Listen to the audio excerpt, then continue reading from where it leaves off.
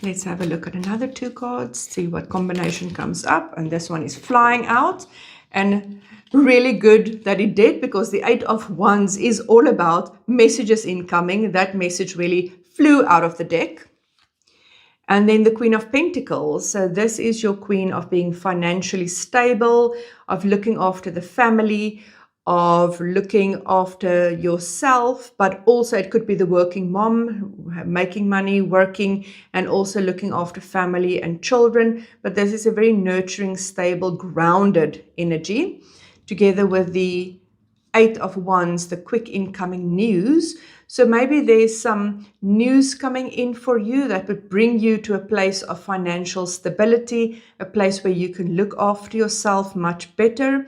Maybe this is news about a new job opportunity. Maybe this is news about even maybe a change of policy at work, that you can be a working mom and have more time with your kids or your family.